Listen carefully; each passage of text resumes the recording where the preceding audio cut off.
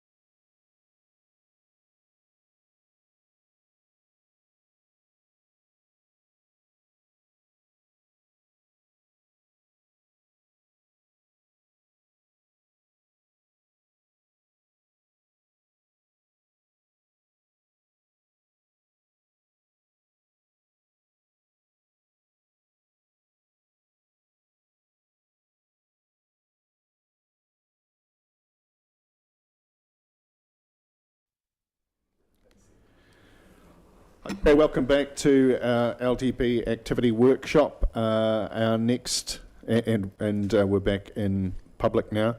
Our next subject is recreational and sport facilities, and Stephen and Ryan are presenting. Welcome along, gentlemen. Thank you, Chair, and good morning. We have recreational and sports facilities, which is a newly formed activity now combining Splash Palace and the outdoor stadium. Previously, Splash Palace was covered under the Aquatic Services Activity Management Plan, and the outdoor stadium was covered included in the Venues and Events Activity Management Plan. And I just want to note this is just a change in how we present these activities in the activity management planning. There is no change to how these facilities are currently managed.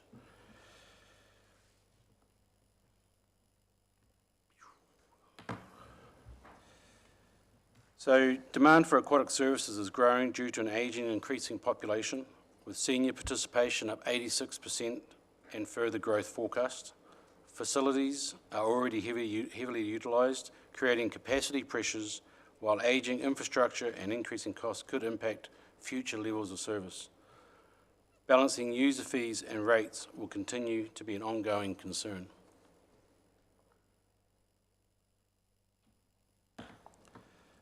The outdoor stadium's transition from a traditional rugby venue to a broader multi-purpose and multi-sport destination presents both strategic opportunities and operational challenges. Key priorities include changing community perceptions, improving accessibility and affordability, and increasing awareness of the venue's diverse, hireable spaces through a more deliberate marketing approach. However, the venue must navigate a number of constraints, including ownership and limited staffing capacity. Long-term success will depend on effectively balancing increased community participation and event activity with the ongoing maintenance of high-quality playing services and facilities in a financially sustainable manner.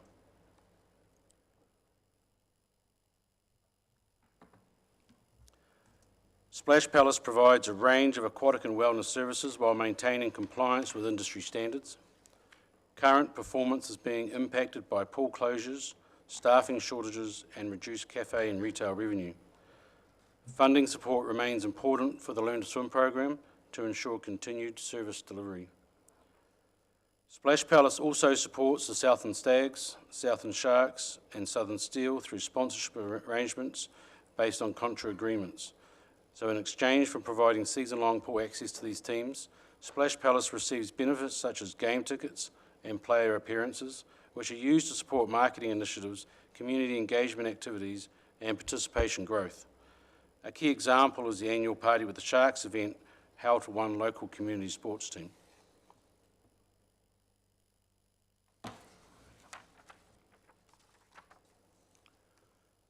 The outdoor stadium already supports a range of sporting and community and event activities, including rugby, football, festivals, family events, and venue hire.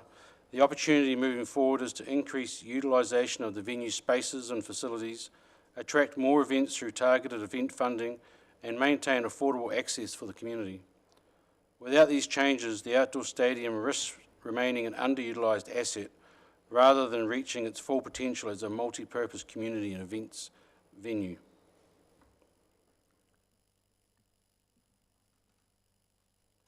The proposed options focus on maintaining the long-term condition and safety of Splash Palace through planned hydroslide, interior and exterior maintenance programs. Efficiencies are also being explored within aqua classes by redesigning class structures to reduce costs while maintaining service levels and encouraging greater participation.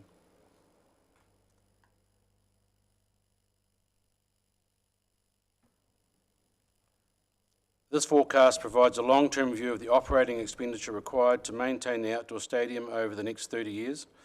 While costs remain relatively steady over most periods, there are significant renewal and maintenance requirements that drive expenditure peaks at certain points in the asset lifecycle. The analysis reinforces the need for proactive asset management and long-term financial planning to ensure the stadium remains safe, compliant, and capable of meeting future community and event demands.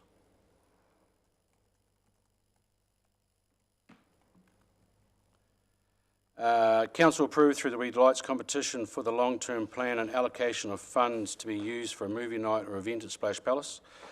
Options for this will be explored for either the July or October school holidays periods in 2027. It may or may not be Jaws. I think it totally, absolutely should be. As long as it's the original and not the third one in 3D, Yeah, that's the one. because it was awful. Sharknado, another good suggestion. So this slide outlines the key measures we will use to assess the success of our facilities and services.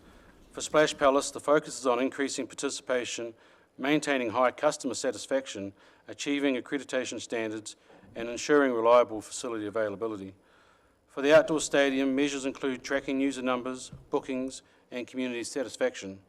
Together, these KPIs will help demonstrate whether we are increasing community participation, delivering quality services, and maximising the value of our facilities. And I believe that's my last slide. Thanks. Councillor De Vries. Thank you, Chair.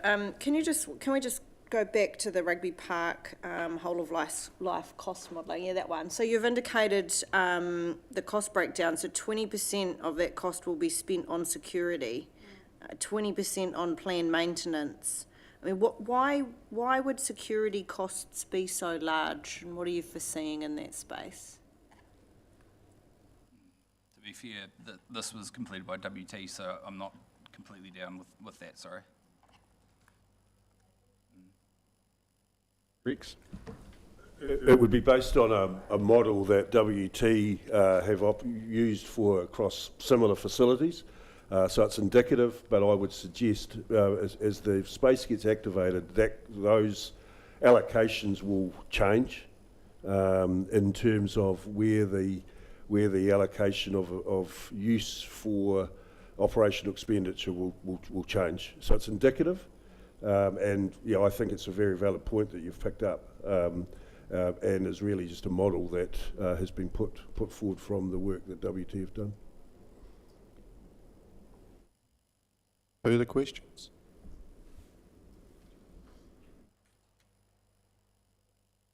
No?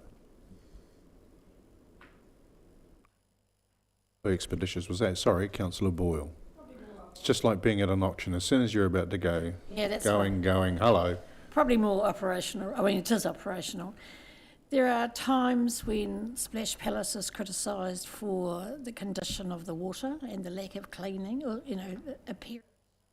apparently. Is there any way that can be put to a higher level? If you're referring to the water itself, Well, it's the, I'm not swimming at the moment, but there are a number of people when I was swimming would comment about the level on the surface of the pool. You know, it's gritty and it's, I don't know whether that's possible to get it better than that, but it is a community concern. so yeah, if you're talking about just the grit that's on the bottom of the pool, on the bottom, yeah. So we do have vacuum cleaners that we do put in, and like any piece of equipment, they do require maintenance. We do only have one, so when it can be down at times for that, and we also have a very large pool to put it in, so every night should have a zone vacuumed. I know it's ongoing, but I'm just making sure that we've got, within reason, we've got the measure of performance at a reasonable level. Yeah, we always strive to have a nice clean pool. Obviously, our measures and KPIs are based on the water quality.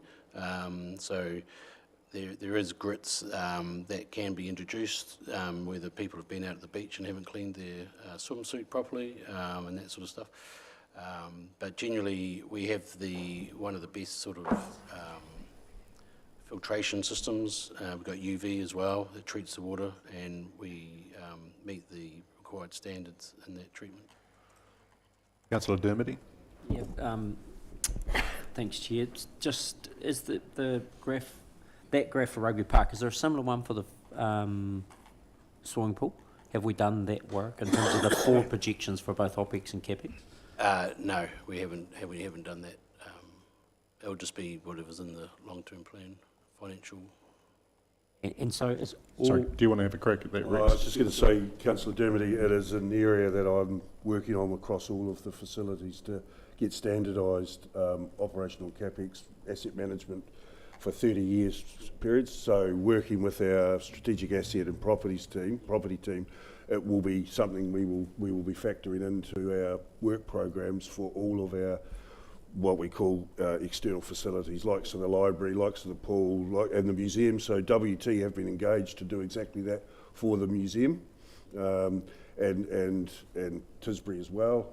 So yeah, it's a good point that it's on our work program for all of our facilities. Will it be available for the LTP? No. Last question, Chair. So all of this CapEx and OpEx is rolled into the LTP?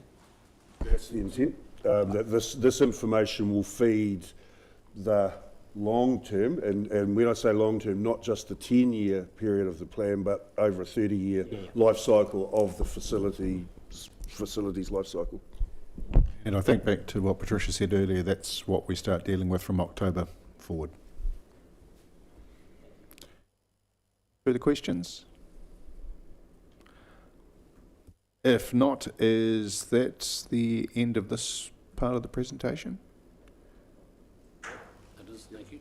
Great. Well, let's roll into community and heritage halls, and we'll take a break after that. Ryan, just take a second to swap over presentations.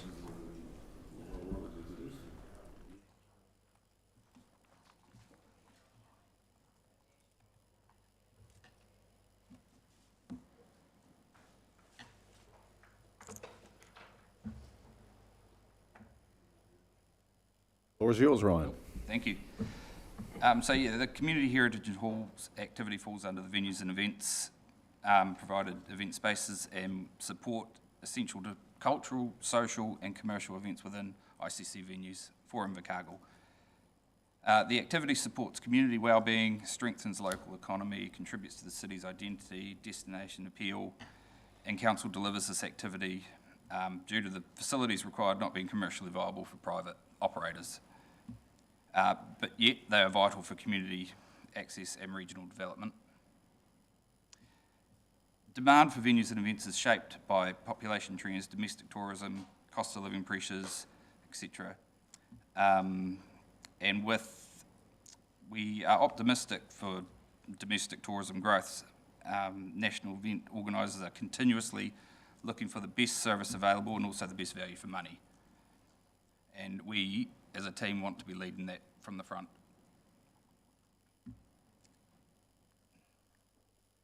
So, well, we're all familiar with the venues. So we've got the Civic Theatre, 1,000 seats, with meeting rooms, hospitality facilities, flexible venue spaces. Scottish Hall is a great wee hall, stage, seating, table seated up to 200 guests, community lounge, commercial kitchen. It's a brilliant wee facility, and we just offer limited support to the third-party leaseholders for Anderson's House. In terms of levels of service overview, it is to increase utilisation across all venue spaces, particular focus on underutilised areas and traditionally quieter periods. By that I mean Q3. In my short time as manager, I've identified Q3 as needing some work. It is only so long I feel we can say historically Q3 is quiet, so we will try and be a bit more proactive on growing that particular period in time. Also, I want to do a shift away from, when we talk about traditional users, that status of elite things, particularly when it comes to the theatre. I want it to be open to everybody. I want everybody to have access to use this venue. Scottish Hall is already accessible to all, but this one in particular, I want to put a big focus on that. So utilisation of venues, grow revenue generation opportunities to offset operational costs, enhance financial sustainability, deliver broader economic benefits to the city through increased visitation, business activity and community engagement, strengthen collaborative funding partnerships. So we're working quite hard in this space already, and we've demonstrated it with Freestyle Kings as an example. This shares risk, and all for the benefit of Invercargill. Work proactively through current economic climate. As we all know, it's tough out there at the moment, and it is reflective on tickets and sales. So where possible, we want to remain affordable, and that's just something we need to work through with fees and charges, and just continue to be, and that sharing risk could feed into that as well.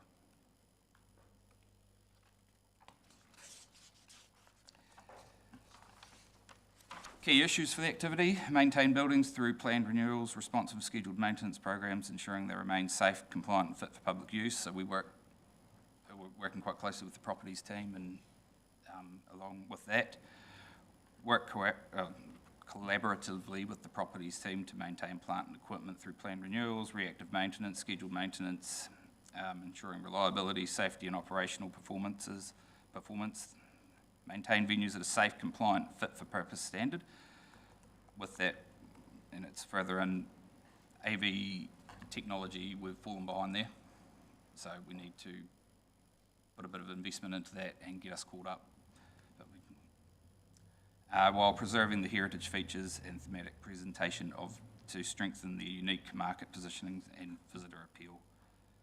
And continue to proactively identify, pursue opportunities for collaboration, partnerships and external funding, leveraging shared resources, strategic relationships to maximise outcomes in an increasingly competitive economic and funding environment.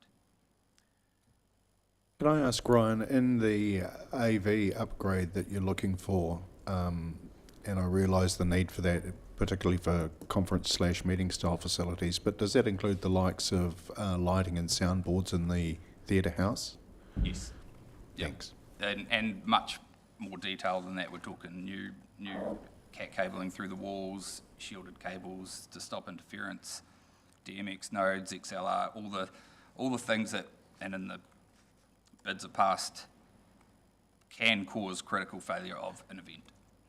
And we've dodged a couple of bullets in the two years I've been here now of a critical failure happening pre the show, giving us enough time to basically rob Peter to pay Paul. So we're pinching parts from other areas of the theatre to replace parts because they're no longer made.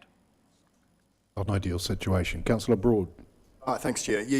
Ryan, you've got your 120th coming up for the Civic. I was wondering what kind of opportunities you might be exploring to, I guess, maybe support those activation aspirations, because it's a good opportunity to be talking to your community stakeholders, getting them into the building, seeing it.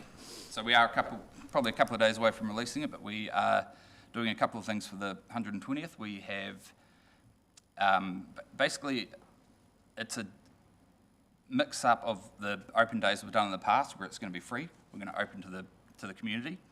We're going to have staff dotted around the place, and pretty much the public can come in and just explore. They can go where they like. They want to go up to the fly floor, we'll have people up there. We're working with comms marketing around QR codes around the place where they can scan the code, learn history. We're going to have, if everyone's familiar with Garni, who was a bit of a theatre legend, he's going to be there, but he's also going to be part of that QR code scanning. He's going to narrate the stories, and it's something that we intend on leaving up, because we are showing people through the venue, I would say daily. People come in off the street, and we just grab them, we take them through.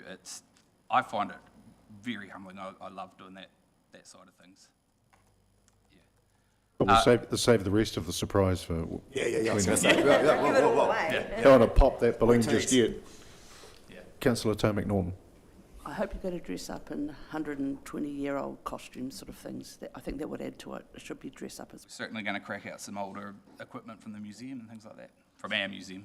Just Have got a formal ball gown, right? I've just got a question. I've got a proper question now. Yep. The Centre Stage, or SIT Centre Stage Theatre, how does, I know it's a lot smaller than the Civic, but how does the pricing compare? To be honest, I don't know. Okay. I don't know a lot about that.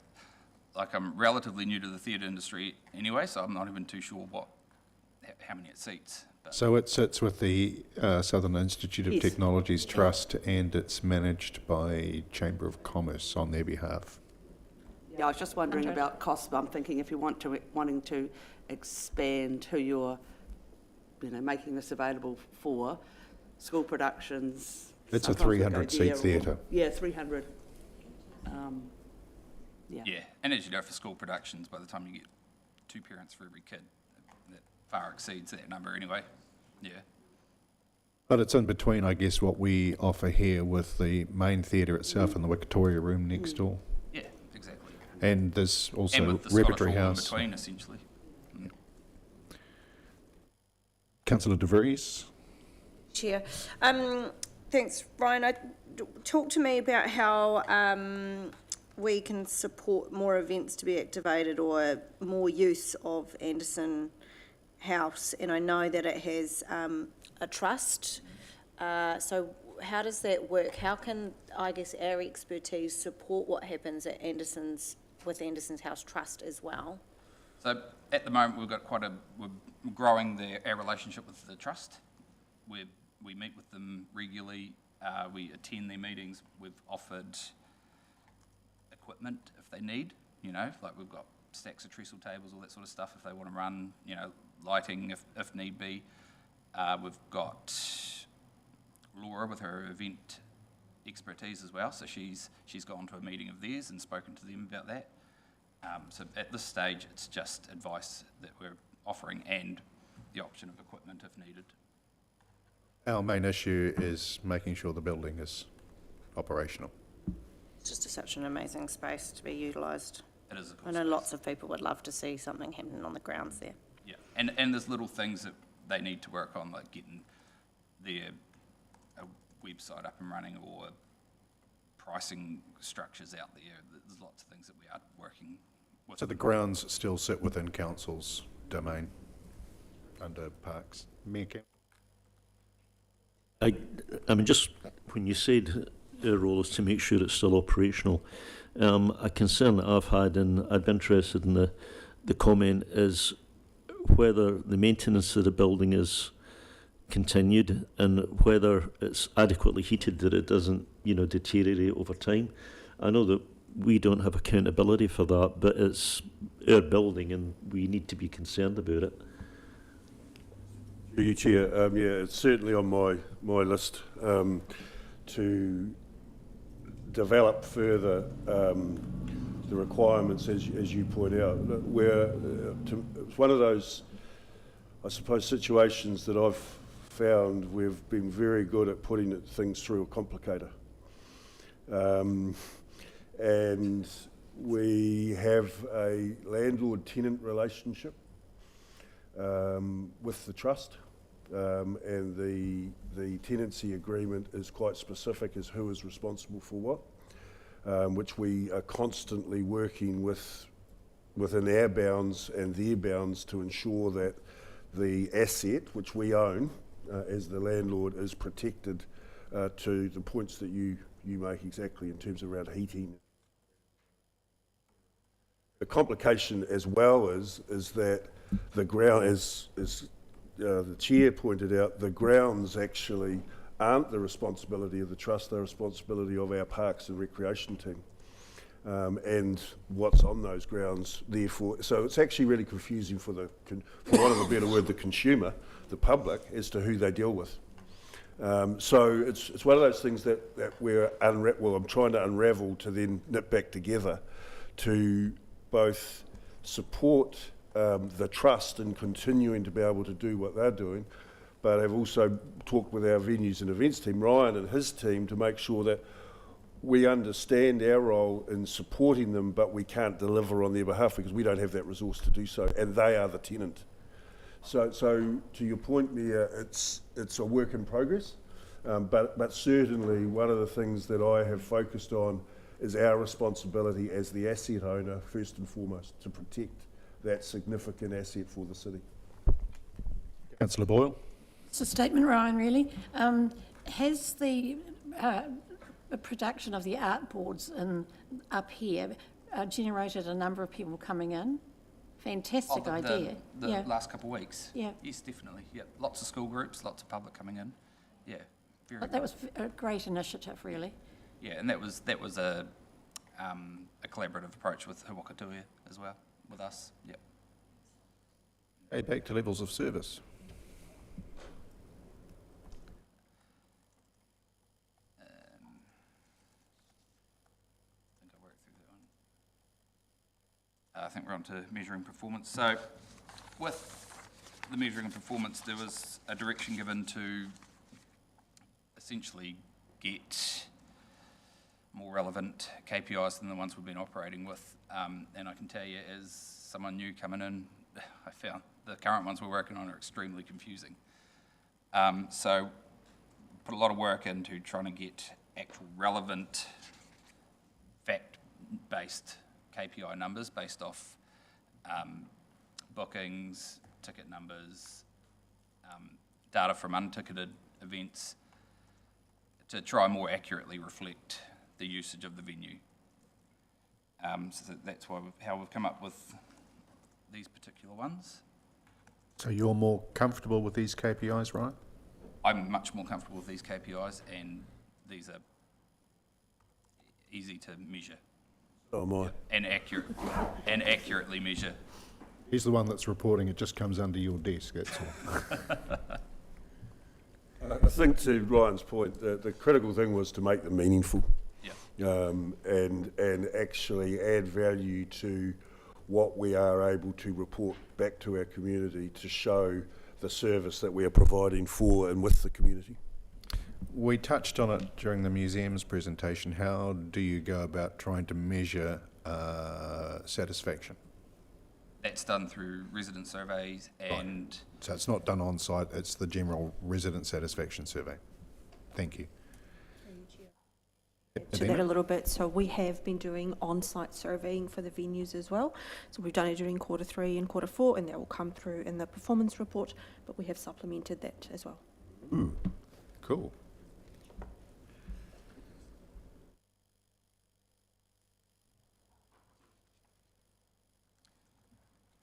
I believe that's the end of my slides. That's your picture. That's my picture. Well done. Any further questions on halls, councillor? If not, that's good. Thank you, Ryan. Don't go too far because obviously you're doing events and festivals next, but we are scheduled to take a break now, councillors. And for those joining us on the live stream, we will be resuming at 20 to 11.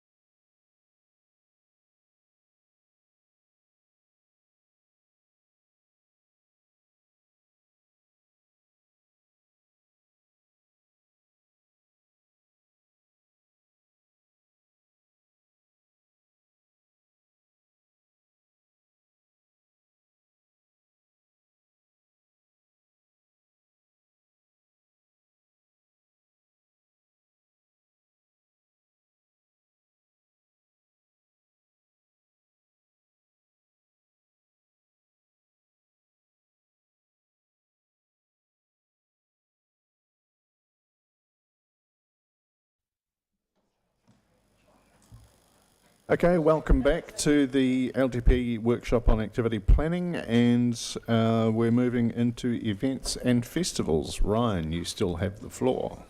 Thank you very much. So this is a new activity management plan that's come out and sort of slotted under my radar.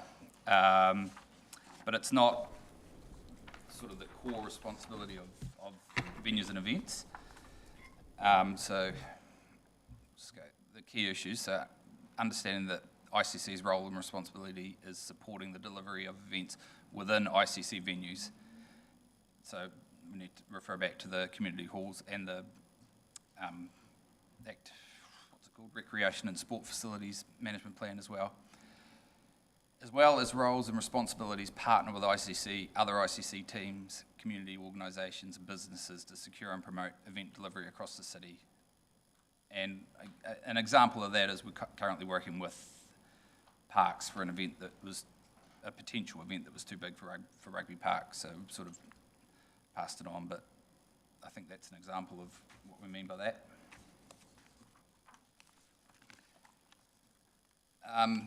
Event attraction, so this is a common theme through all the three that I've been involved in. Just to secure event opportunities that arise. These usually have a short time frame, require quick decision making. An example being the recent Freestyle Kings opportunity. And this will increase economic impact for the city and increase usage and activations of our venues. It's one of the hard things to quantify as well, I guess, Ryan, in that event attraction, whilst there might be a cost at the outset that has to be met from somewhere, the financial spin-off from them is generally quite significant as well. Yes. Yeah, hopefully we get some good info, some good data back from the Freestyle Kings. Right, so yeah, city centre activation. This is delivered via a separate contract with Great South. It's not intended that ICC take a different approach going forward and just to retain status quo. Can I just add perhaps in there, Ryan, so that separate contract is through to 30th of June 2027. And I look to Patricia, because I know Rhiannon and Adina, you've been doing some work as well in this space in terms of the feedback from what and how that targeted rate, for want of a better word, is utilised going forward. But currently, the city centre activation contract with Great South, which is for the amount that inner city, or the targeted rate of city business, the targeted rate from the inner city is contributes to or is put towards is through to 30 June 27. And then what we're working through now is what that looks like for this LTP period, I suppose. So this is the opportunity to go, well, do we want to continue what we're doing, or do we need to change what we're doing? And this one, so it is only that city centre, it's only businesses that are paying for the city centre activation. So it's targeted only within a small area, and it is the business, commercial and industrial ratepayers that are paying for that. Councillor De Vries. Thank you, Chair. I'm just going back to the event attraction, and so the figure that's on there is 75,000 per year. So that is additional to what we're already funding. Is that a new charge? We're not funding. No funding. There's nothing there. So it is a Consideration. a new one for consideration. Yeah. Yes. And then further to just Councillor Ludlow's point was around the measurement of that economic impact, and I think it was Joe from Stadium last week talked about a calculator that the business events industry have in generating and understanding more about that economic impact for cities, and it would be really useful for us to have that when we're investing in these types of things, and so we can actually understand and communicate back to our community the benefits of this type of work. Yeah, and we have had conversations with Great South around that, providing that service for, after Freestyle Kings. It's not quite reinventing the wheel because it was a system that we used when we operated the previous events fund. The events fund.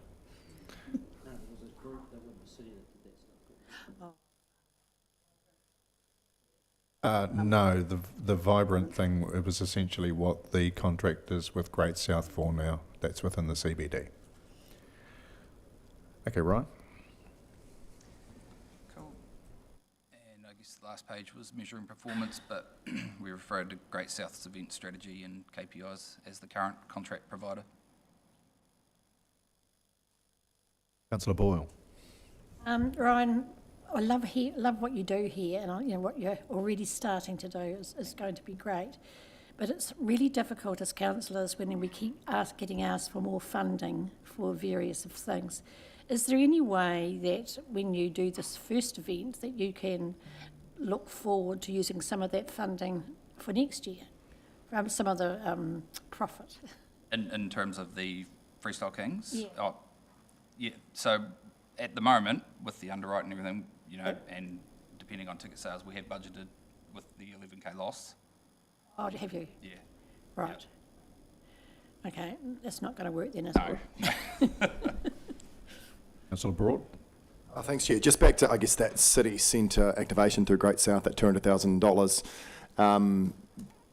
Just in regards to timing, would expect to see a report back. I guess the measurement of success on that to inform our decision moving forward. Yeah, we'll aim to get some information through to you within the next 2 or 3 months. Councillor Bond? Thank you. Councillor Broad asked one of my questions, but my other question is just back to the slide for event attraction and the 75K per year. I'm just wondering, how was that figure gleaned? How did it come to that I think cost? it pretty much is based off what Freestyle Kings were looking for. Yeah. Rex? And if I can just add to that, the other thing around that is that provides the opportunity to partner with other organisations, or would if it's suggested that it's something that council wants to invest in from an incentive opportunity. Because currently what we're finding is we have those other partner funding organisations, but they need co-funding to support, like the ILT contribution or community trust. And through the Freestyle Kings example, Ryan and Laura have identified those partners where they are now meeting very regularly around what opportunities are available. And we still have obviously the option and opportunity to come back to council to support that on an individual case-by-case basis. But it was probably, I suppose, trying to understand or test the appetite for what and how the council used to operate through its event fund.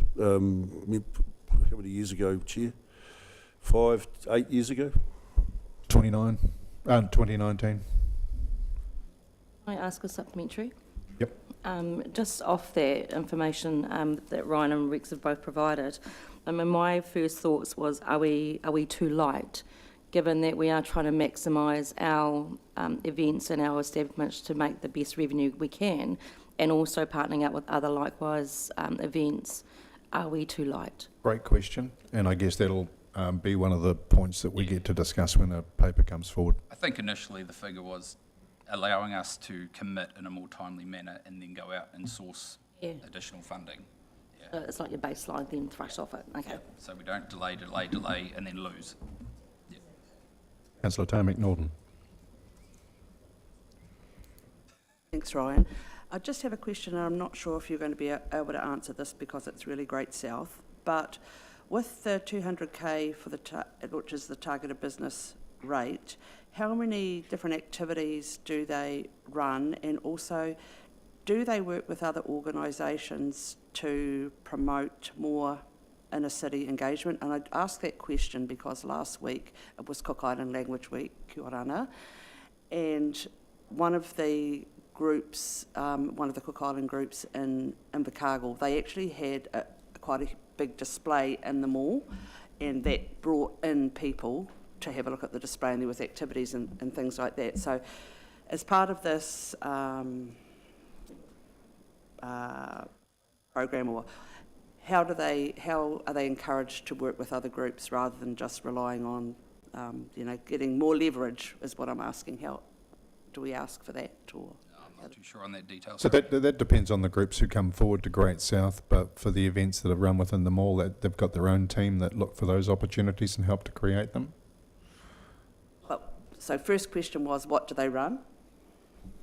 So through you, Chair, my understanding is, and I'll have to go back to the original report, which I can do, and come back to you all with the specifics. I think it was something like 8 in the city event activations that occur, that they report against. And those are but they're not necessarily running them themselves, as far as I understand it. They're partnering with the existing providers, for want of a better word. Then there is the other component of that contract, which is around, because there is a coordinator that is employed by Great South to deliver and to support the delivery of those contracted outcomes. So I don't have the specifics in front of me, but I know from memory, the reports that previously have come through historically are around 8 activations in the inner city that they report against. And Great South do provide that in their quarterly reporting. Yes. Yeah. But I think from our perspective as a council that's supporting with the funding, I think that we should try and ask them to leverage more interaction with different groups so that the activation can be quite broad, not just 8 activities, because there's things that happen on a regular basis that are on Great South's event calendar. How can they work by looking at that to see what else can we do to activate, to support that? The answer will be as much as we fund them to. No, because these groups that are doing, say for example, Cook Island Language Week, they received some funding from another organisation to do that, but there was nothing expected from council on that behalf, but we got the benefit of it. Again, it depends on the activity. So Great South, and I'll use the example of an event that I'm involved in, help with some of the coordination. But as for, and they have their events calendar, I'm not sure beyond that what you're looking for. What I am looking for is to have something like a KPI which states trying to broaden the number of activities that they have that they may be supporting. That's what I'm looking at, so that we can have And that's more to my point activations. where they'll say they'll need more money to do that. Rex? Through you, Chair, to your point, Councillor Tony Norton, it's really timely conversation, because this is the direction or the information we need from you to support what, if you decide to continue to progress post 30 June 2027 for a city centre activation contract, that's the opportunity then to write into that contract the outcomes specific for that particular ring-fenced source of funding to deliver exactly what you're talking about. So, and then we have to negotiate. So if we say that this is the targeted rate, this is how much that targeted rate provides or produces from a revenue perspective, this is what we have available to contract you for, then we get into a negotiation around what, as a purchaser of services, we are able to buy from Great South to deliver that. And we in this activity need the direction from you as to what you are wanting as priorities for that to be delivered, and then that gets put on the table as part of the contract negotiation. So that could look like maybe we have less activities, but we have more time for them to promote other activities that other people are delivering.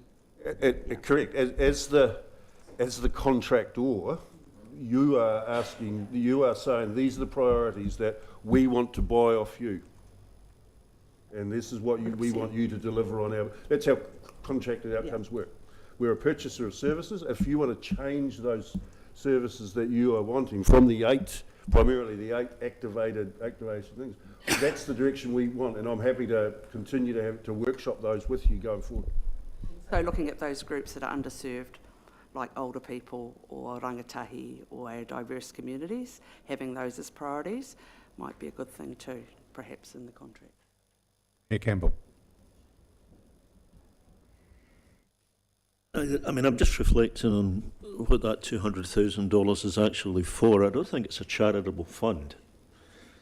It's not a fund for people to go to and apply for money to help them run activities like maybe the one that you were describing, Councillor Tom McNaught. I'm not saying you're promoting that, but that's the sort of thing that you could imagine happening. I always assumed that this $200,000 was essentially the cost of staff, Great South that do the work, and the cost of actually running them, so presumably traffic management and so forth, costs money, rather than there being a fund that they put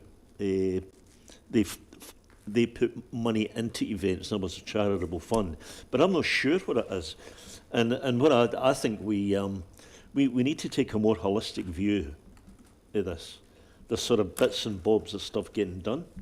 I don't know whether prior to 2019, Chair, it was managed more holistically, when it was done internally. But I just feel as though there's bits and bobs of money getting spent in different things that we need to pull together and have a strategy of how we're actually going to run events in the city.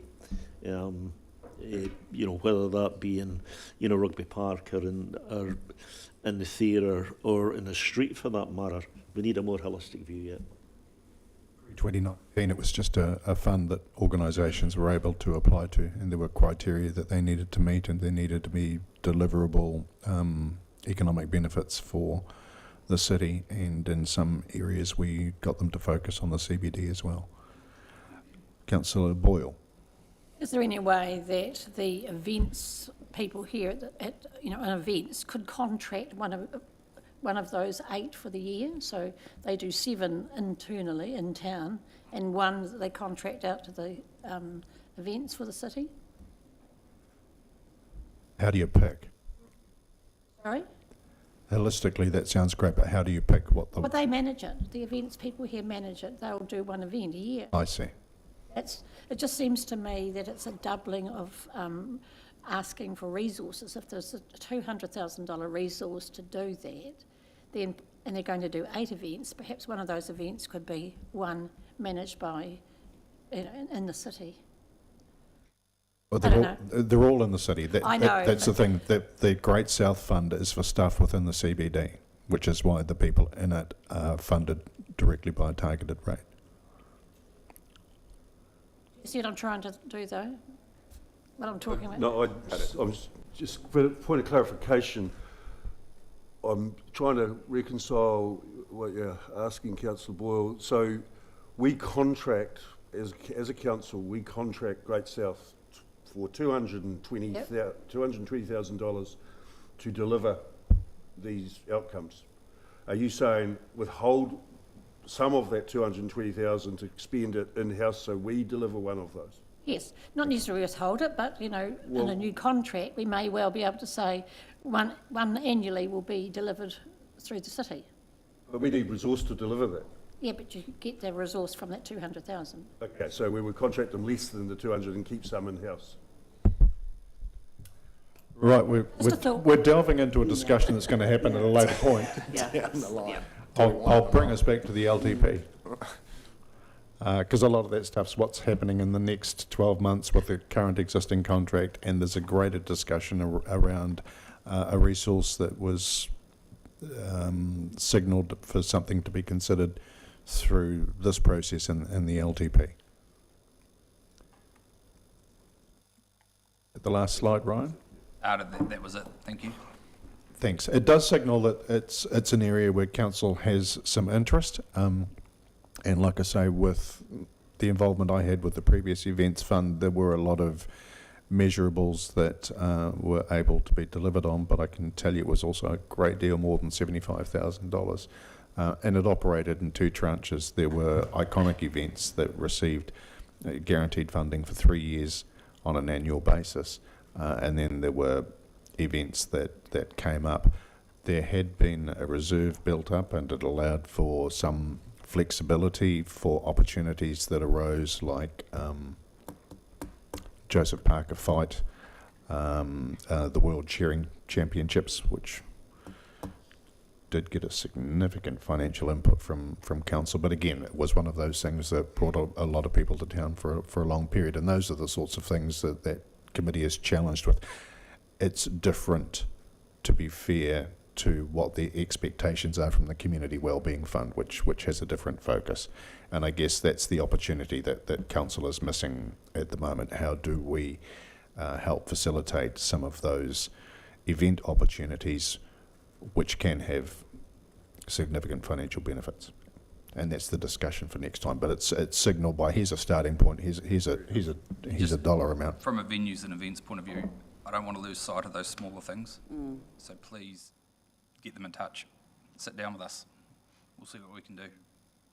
Because we saw what happened with the art next door. Exactly.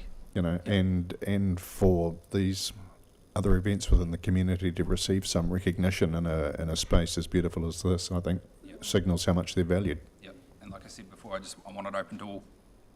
Yep. So be in touch. Allowing the facilities to be used to a great range of groups will increase your participation. It will also increase people's sense of belonging in these places, so they feel comfortable about being here. So that can only be a good thing. Completely agree. That was part of Ryan's presentation in the previous discussion as well, which, you know, looking to broaden the accessibility and I guess reduce what's seen as exclusivity. Yes. In the event, and recognise that it's actually a community facility for the whole community is really admirable. Any other comments? Because we have space. Right, good. Thanks, Ryan. That brings us on to libraries. Kathy, welcome along.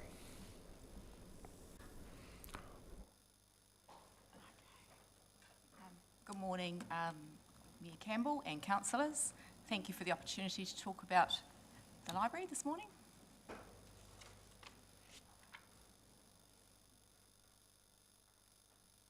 So, what we deliver. So, we're open 7 days a week, 57 hours in city, and open 6 days a week and 43 hours a week in the Bluff Library and Service Centre.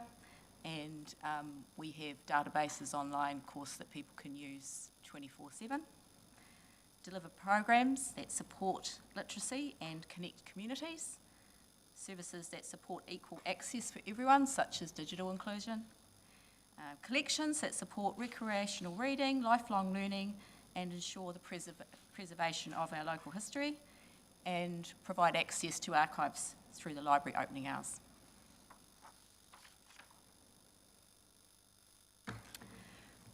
Just highlighted a few key issues for the activity. Community need. There's a high demand for programs and service. Revenue streams. Bluff Service Centre and Library, there's only a limited service there. And keeping up with technology, both for the community and the technology that we provide in the library.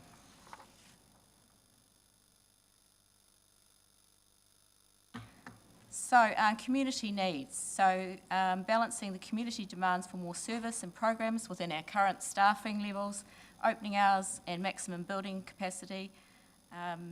With these limitations in mind, the following points are consideration when we're looking at programming. So, any new service or program should align with the library and council strategies. Before undertaking something new, we look at current offerings to review and see if those programs or services should be changed, reduced or discontinued.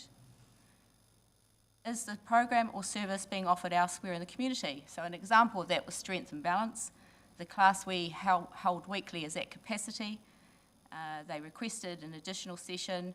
We've declined on the basis that this is offered elsewhere in the community, so there are other options. Can the library be the venue for community-led programs rather than library-led? That is happening already. There are many examples of this. The library is seen as a community hub. Other organisations wanting the library to assist, either with our staff or spaces, Sometimes we have to decline or look for other solutions. The three programming areas we have are arts and culture, education, inclusion, and access. So I've got a lot of stats up there, but I won't get into them all. It has increased from last year, where we had 27,000 participants, to 31, almost 32,000 in the current year, end of financial year. And they are all sorts of groups: kindies, drop-in sessions for clubs, school visits, holiday programs, story times. So you'll see some of those just in my slides.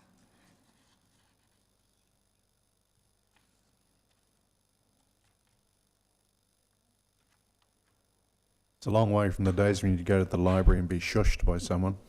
There's not too much shush there at all, actually, now, is there? So then we have just a slide there of the regular programs that we offer.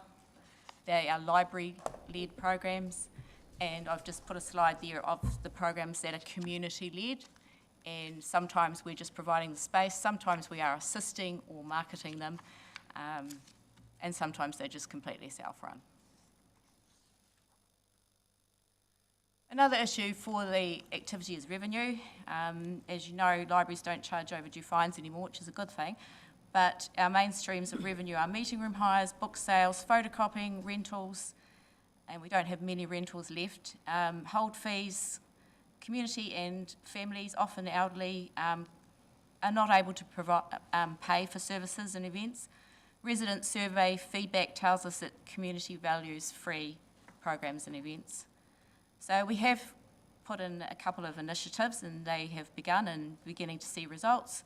So we have lightbox advertising already, so that has started to earn. We've put in 2 themed birthday party options. We held our first one recently. So there's one where they just get the hire of big games in the rooms, and there's another one which does involve staff time to run VR sessions or Minecraft programs. And that's accounted for in the cost. We receive some commission on intercity bus ticket sales. Often there's nowhere else to buy on the weekend, and particularly if people don't have credit cards, so they're paying cash. We have sought sponsorship for library bags and events, partnerships to deliver programs and projects. We have a literacy program that we're working on now, which we have a community partner, and that halves the cost, the time, and the work getting sponsors. Meeting room revenue has increased since we brought in fees for non-profits, and I've got the figure in there. That's what our lightbox advertising looks like.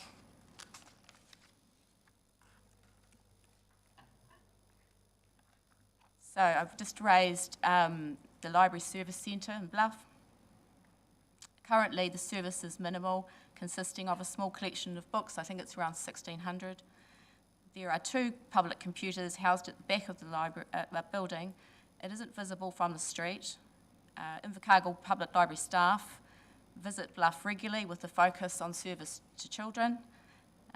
There are no library FTE at the Bluff Library. Bluff residents have a limited selection of borrowing items and library services on site.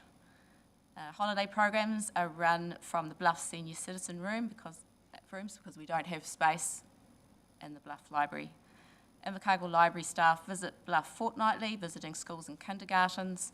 The library staff from City go and change parts of the collection each month. Some Bluff residents have visited the Invercargill Public Library in town for assistance, not knowing that there was a library in Bluff.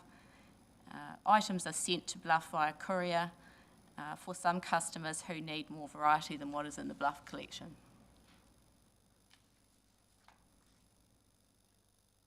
So I've just got a slide there on keeping up with technology. So we need to be thinking about all the time what's the next thing, being prepared, buying equipment, our staff learning how they're going to help customers use equipment, training staff, recruiting staff that are both tech savvy but also have readers' advisory skills, changing library systems and technology. We have a really good library app now, and there is further capability. So we are looking at turning on this checkout function so they can check out their own items using the app. Using tech with customers, but also to do our own business, so AI products, online marketing, book talks, those kinds of things. Embedding tech into programs and library services. We currently use robots, VR, 3D printing and scanning. And I've just included a slide there on open access. There is a link there to YouTube if councillors, the Mayor would like to see that, they can do that. The link is Manawatu Community Library, who operate and have had open access since 2024, May 2024. Having few issues with it, it does not replace and reduce staff hours. It gives extended hours to people who could use it like a gym, and it is a different level of membership. So not everybody gets it, have to go through a process. I guess building security would have to be factored into how that operates as well. Yes, I have spoken to Biblioteca who offer open access, and the costs to set it up from their point of view are quite low, but there could be building work required, a lot of health and safety, risk assessment, all of that kind of thing would have to be factored into.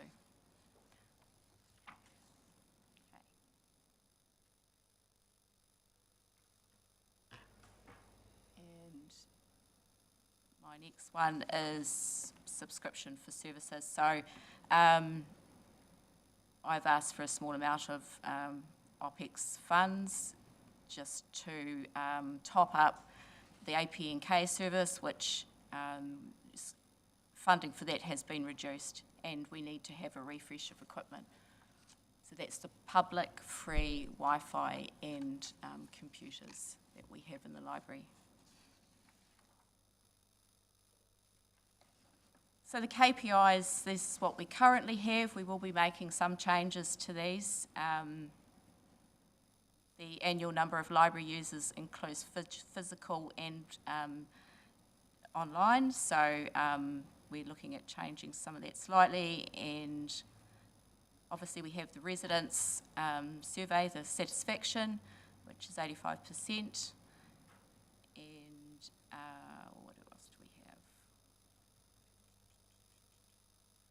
We've got programming as well, which will go in the next one, which hasn't currently been in there. Questions? Any questions, councillors? Councillor Tomac Norton. Hello, beloved Kathy, nice to see you. It's been a while. Too. I believe you were at our library then. Yes, I was. I was at your library last week for Cook Island Language Week. So thanks for having us. Just a query, and this is, sorry, it might be more operational, but with regards to charging now for that space upstairs for not-for-profits, would it be possible in the future, if your revenue increases, say from light box advertising, etc., that you could perhaps lessen that again? Rex? That's a question for council. You set the fees. No, I think that's a great idea. Yeah. I don't think we're currently going to meet our target, Right. Even when the light boxes are all full. They're almost full now, but it's a small amount that we're going to make in a year on that, but it's something. I just did hear feedback about that from some not-for-profits that usually would use that room for no cost or very cost, and then they had to go somewhere else. But yeah, that's okay. In the open access slide, Manawatu, they have community groups using the library after hours, and that could be an option in the future, out of business hours. Councillor De Vries. Thank you, Chair. I'm interested to understand, we've got these wonderful lily pad libraries plotted around our community, and they're fantastic. It's a basically you put your book in that you own, that you are finished with and want to share with someone else in the community. Does Invercargill Library contribute any old resources into that system at all? I believe we have before in the past, and people do come to us who have asked for stock that we are deleting. I know that some went to the prison some time ago, so yeah, we have made donations to various groups. And because I was in Auckland and seen on the viaduct, they had like one on steroids. It was a container full of incredible books, and I think about, you know, the services and really what our public library is about, and it's so much more than just being able to get a book out. There's so many things you can do. Those things aren't necessarily available at the Bluff Library, right? Those additional services that you're able to access. It's essentially what you get through getting a book out. We do some, but we'd make time to go down there. I think we've done some skinny jump sign-ups, and there are things, if people want help with things, we have to make time to go down there. But there's not regular programs that are in place that are similar to what is in place in Invercargill. It's receiving a different level of service, right? Yes. Yeah. So I just think it's interesting that how do we explore how we continue to engage Bluff residents, but maybe look at alternative models in the future. Might not answer any statement. You can achieve anything with enough money. I guess what we need to be worried about is duplication of services, and this goes back to the last amalgamation process in 1989, where Bluff and Invercargill amalgamated under what was called One City, and it raised issues around the swimming pool, and it was the vexed situation of, well, the One City concept has a swimming pool based in Invercargill, but that's not necessarily accessible for people in Bluff, so how do we get by running two facilities? Well, we provide some funding for somebody else to run it. And then the issue comes through about, well, we also want to swim in the sea. So where can we do that? I guess I've come from another library system where communities have community libraries, and they do offer a lot more. I guess one of the things to remember as well that Kathy talked about some of the services that the staff take to Bluff, but they don't run it in the library centre because there's not the space, and so they use the senior citizens' rooms. So your suggestion is around increasing. My suggestion would be, like, how do we look at doing that differently, continue to be able to go do those satellite services, but in terms of how we could resource a self-maintained library for Bluff could be, and we shouldn't be discounting that as an opportunity for the future to better improve what that a building full of books. How do we put the Lilliput Library on steroids in Bluff and still bring the amazing services that you do here into mobile sites like you already do down there? Councillor Tomac Norton. Going along the same lines, I just wanted to give a little history, of the Lilliput Library, which started in 2015 in Dunedin and was adopted by Arts Murihiku here in about 2019. And it's not directly associated with the library. It's actually a charitable organisation that does it. There is no one really coordinating it here. Men Sheds do it. And look out on Layard Street, because my husband still has yet to put my one up. So there will be a Lilliput Library in the middle of Layard Street, but I totally agree with what you're saying, Andrea. We need to look at a different model potentially for Bluff. There may be people within the community who may be willing to volunteer some of their time to help with that. So I think a coordinated approach, using the skills and knowledge and expertise that Invercargill Public Library has to put it up on steroids in Bluff, because it's just at the back of the service centre. We saw that when we went on our tour. So I just think that that's a real opportunity, and it doesn't necessarily have to cost a lot more money. We just have to think.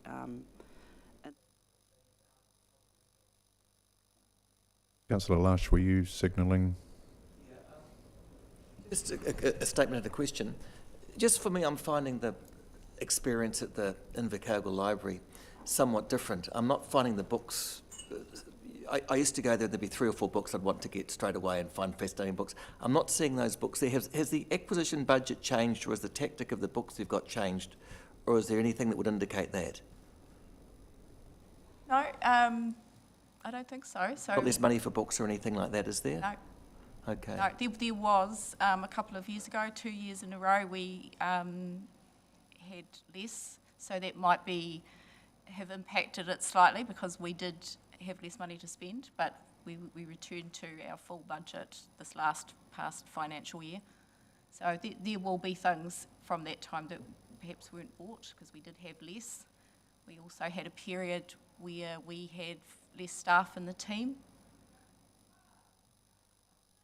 The other thing is just I think would be a fantastic thing in the next few years if Bluff could have a standalone library. I think so often we are doing things for Bluff, for tourists and for the town people to use, but I think it would be a great thing for the Bluff community to have their own library separate from in a new building, separate from the service centre. That's always been a dream of mine. Maybe over the years that could be something that's planned for with private partnership or whatever with sponsors. It would be a great thing to focus on. So yeah, I do believe that would be I think it would be great for the kids of Bluff to have something, because there's never any children in the Bluff Library. Never. On the computers, there's normally people that are backpackers that are using the computers, and that's the situation. So it does need some work there. Same in town. But the idea of a partnership's a good one, and targeted rate. Just depends on what feedback we're looking for from Bluff residents. Mayor Campbell.